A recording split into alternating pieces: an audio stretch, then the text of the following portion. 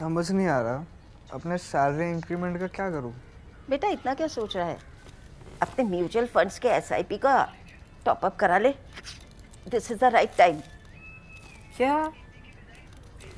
समझ में नहीं आया। बेटा इतना क्या सोच रहा है? अपने म्यूचुअल फंड्स का एसआईपी टॉपअप करा ले। This is the right time. अब समझा।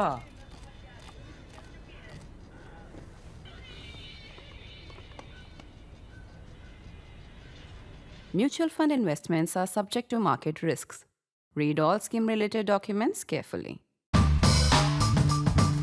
This is the season of airpower, and probably partly inspired by that, and also because the government was waiting for one formality to be completed, which was the extension, one further year of extension to Samir V. Kamath, the head of DRDO. They have now made an announcement. Defense Ministry has made an announcement which is quite interesting and quite striking. It is striking.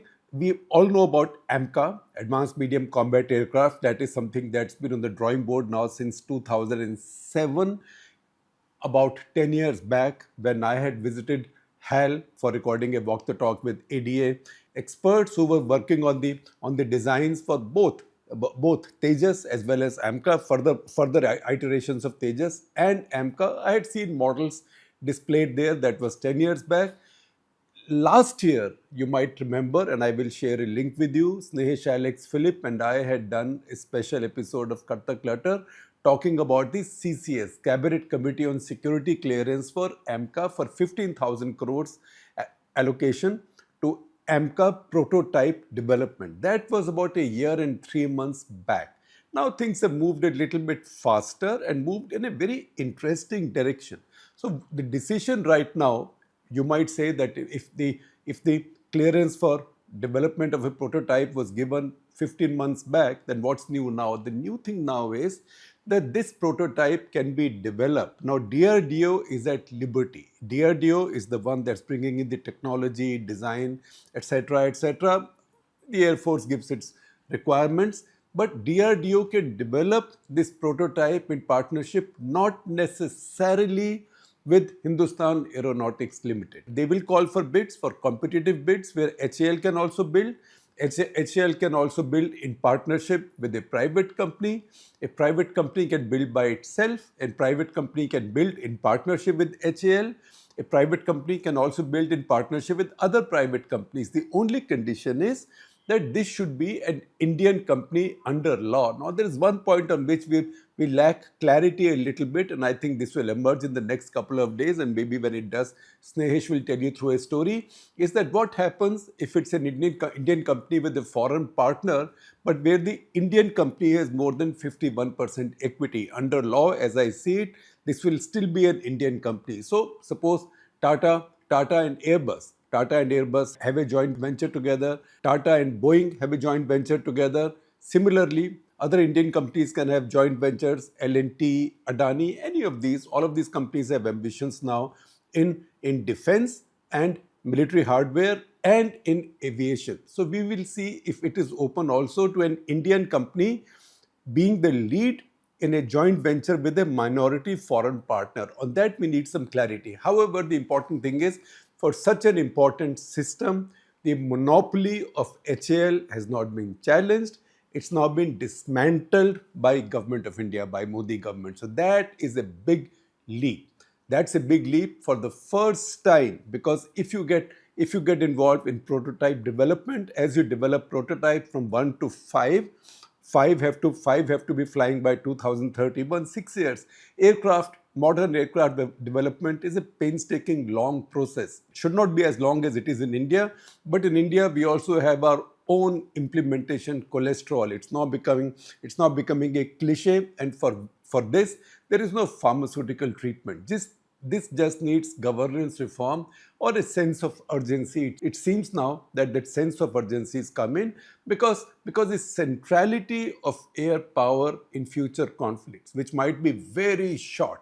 This conflict has shown us that 72 hours, 80 hours is about the maximum that global opinion will take, or that both sides can afford before you go too high on the escalation ladder. When you do this, then the centrality of air power comes in. The second thing that's become quite evident is that all air combat will now be beyond visual range, and also the delivery of weapons from air to the ground will also be at long ranges. So that is how the centrality of air power comes in. Just as for the army, long-range artillery has now become the thing. Long-range artillery, drones, those have become the thing. So everything is changing in warfare. That's where an aircraft like this, AMCA, which is a genuine, at least supposedly, aspirationally, a fifth generation aircraft, a fifth generation fighter aircraft. So far, in the earlier formulation, Aeronautical Development Agency was to work with DRDO. After all, it is a part of DRDO, and HAL to develop a prototype by 2026. That was unrealistic then, and it has now been pushed back. So if by 2031 all 5 prototypes have to be flying for doctrines to be verified, for other developments to take place, for the systems to be checked out, so by 2035 squadron induction can begin. The Indian Air Force plans or hopes to induct 7 squadrons of this aircraft starting with 2035. Now, for 5 prototypes to be flying by 2031, you can presume that the first will probably take to air by 2028. Now, 5th generation fighter aircraft. 5th generation fighter aircraft have stealth. They have the ability of super cruise, which means they can go to supersonic speed without engaging the afterburner. Afterburner is those flames that you see going out when aircraft suddenly pick up a lot of speed because they burn a lot of fuel to get that additional power. So super cruise, and also many other abilities, because with this will go a very long range radar and very long range missiles, both air to air and air to ground as well, because ultimately the job of air power now is to deliver a hammer blow to the adversary's key nerve centers. And for that, you need to be able to stay far away so that you are safe, and you also have the power to aim correctly, or where needed to direct the weapon to its target. That's why 5th generation is needed. Of course, if you want a fuller description, maybe one of these days we'll have one of our experts explain to you fully, or in an interview, what a 5th generation aircraft is. But generally, this is what it is. Stealth is the main challenge there. So currently, 5th generation fighter aircraft in operation are F-22 Raptor with the US, 2 are with the US, F-22 Raptor, you can see the pictures on your screen. F-35A Lightning, that's the one that Donald Trump offered to sell to India. J-20, that's a Chinese stealth aircraft. Now it's been in service for a few years and is rated quite high. J-35 is what the Chinese say they are developing now, and they will offer for foreign sales, for export. So this is a bit of a scaled down or diet version of J-20, and that is what Pakistan is now contracting to buy. And Pakistanis are hoping to, at least they are saying this, to induct this within the next 2 years. Pakistanis have been quick. They are also the preferred client for the Chinese, because you know what, when the Chinese give the Pakistanis something, effectively it also serves for the Chinese the purpose of balancing India. So while they get paid by Pakistanis for what Pakistan buys from them, Pakistanis also do their job by balancing India, or by putting India, or by keeping India off balance. So for China, it is double benefit. Now, there are other details about AMCA. For example, when the first versions of AMCA will come out, the prototypes, and maybe the first squadron or two, they will still have the GE 414 engine. That's the engine that India is supposed to import from GE. And we don't have clarity if some will be imported at all, because between Joe Biden and Narendra Modi, during Prime Minister Modi's visit to Washington, the agreement, the joint statement said that this engine will now be jointly manufactured in India. Now, will that come to pass under Trump, who wants everything made in America? He probably wants even toothpicks made in America and nothing imported. Will he let GE 414 engine be made in India? We'll see.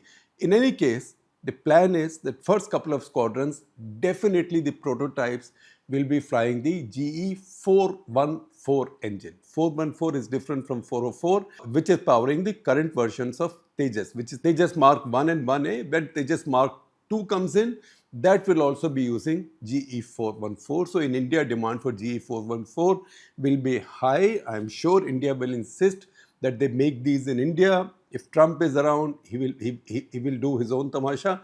But the fact also is these things have a long lead time and Trump is not there forever. Trump's term also, after all, is finite. After the first lot, after the prototypes and the first squadron or two, which will have the GE414 engine, the plan is for India to have its own engine.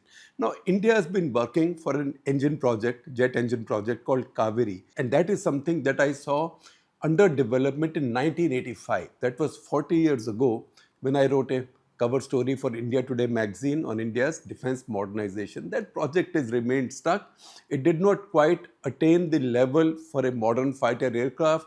Then the idea was that use some version of this for new long-range drones, etc. However, the plans are to develop an engine at home. An engine at home may be in partnership with a foreign company, either with, for example, Safran, which is a French company, which has lots of business in India, GE, I told you about 414, or Rolls-Royce. So that decision will be taken in the course of time. You might have seen, if you follow this stuff on social media lately, there's been a big campaign on to pressure the government to put more money into the Kaveri project. Any which way, the idea is to have an engine of our own when the AMCA comes in. Engines have their own power levels, their own thrust levels.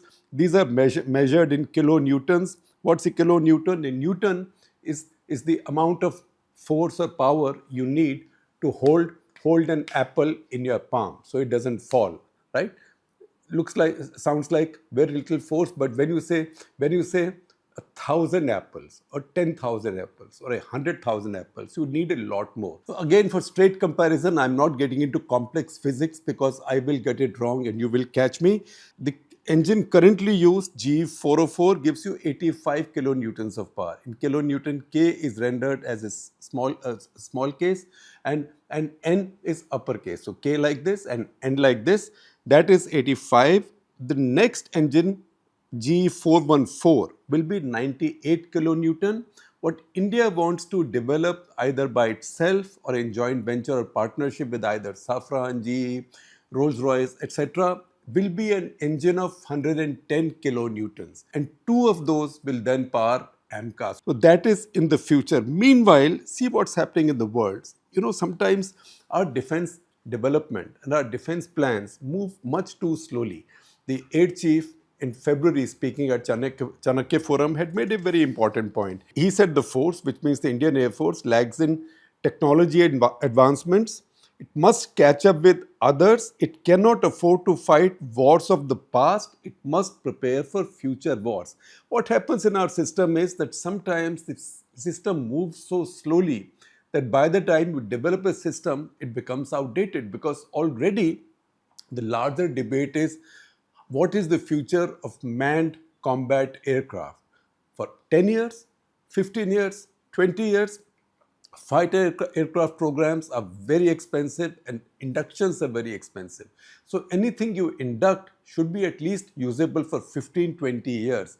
So if you start inducting this in 2035, you're about 15,000 behind the Chinese anyway, because they've had their 5th generation fighter aircraft active since then.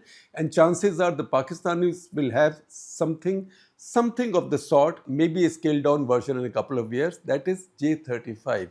So there will be a period when India again sees a lag. What will happen then? Will India fill up this gap by the acquisition of something for its interim needs?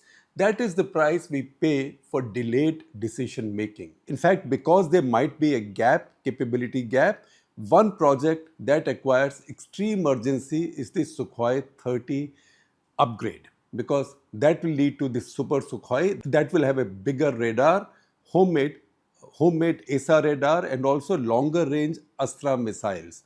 Those are vital because if those come in, that will fill a gap for quite some time. And remember, in these exchanges, Sukoy 30 MKI has shown its indispensability to Indian air power, because if you see the Pakistani statements, they say all the missiles fired at their bases and their vital points were fired from the air. Many of these were BrahMos missiles, which only Sukoy 30 MKI can fire. So once again, that becomes a very important factor in India's air power. We are looking at things to fill in for our interim needs. If you just look at the Rafale program, for example, Rafale scandal might have put the government off balance before 2019 elections, but it won that election with an even larger majority. That was a time probably to order more Rafales against our pending NRAA plan for a very long time. Now that's been again revived. But if it had been done then, today, instead of 2 squadrons of Rafale, so 2 squadrons of genuine beyond visual range aircraft, maybe we would have had 5, if not 6 already. That is the price we pay for delays and indecision. And this affects many areas. If you see, for example, in today's warfare, it's not just the fighter aircraft that works. It's not the fighter aircraft and the pilot. There is also the missile, the range of your missile. It's the radar on your aircraft. But even more importantly, it is what's behind you, which is either an AVAC system or an airborne early warning electronic warfare system. You need those at your back. The Pakistanis have invested in that area because Pakistanis are compact and they have only one threat, India. So they can also be more focused in their decision making. So they've acquired over the past years 9 Swedish-made AWC aircraft, that is airborne early warning and control aircraft, and they've got 4 of the old ZDK-03 Karakoram Chinese aircraft, which are built like AVACs but are increasingly used for electronic warfare. So they have that, and that becomes a force multiplier. That's where India has got left behind because India has taken too long. India has 3 AVACs built on the Russian IL-76 platform. These are good AVACs, not very new but good, with 400 kilometer range and 360-degree coverage. There are 2 active NETRA systems built on Embraer platform, Brazilian-made Embraer platforms with the Indian Air Force, and 1 for airborne systems development with DRDO. These have 200 kilometer range and 180-degree coverage. This is an area where India could have done much better. Now, as we speak, in March this year, the government has cleared 6 more NETRA systems, also built on Embraer aircraft, Embraer platforms. This will be called NETRA 1A and will have a longer range.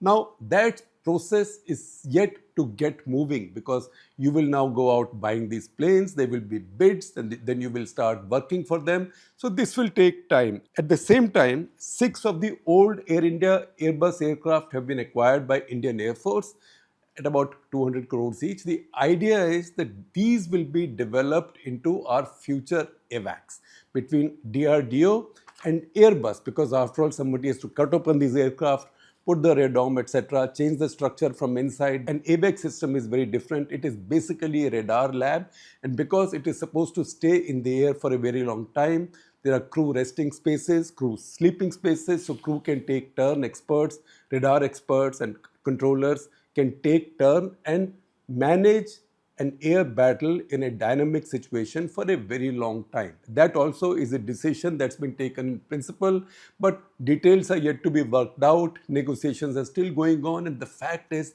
that even if everything is decided today and all contracts are given out, it's not before 2030 that these aircraft will become operational. This is what happens when your processes are so slow and you're always playing catch up. That is what the Air Chief had spoken about, and this has to change. Otherwise, you know what, our system becomes a bit like, if you are about my generation or maybe a little bit later, you might remember All India Radio or Akashvani had something called Dhimi Gati Ke Samachar.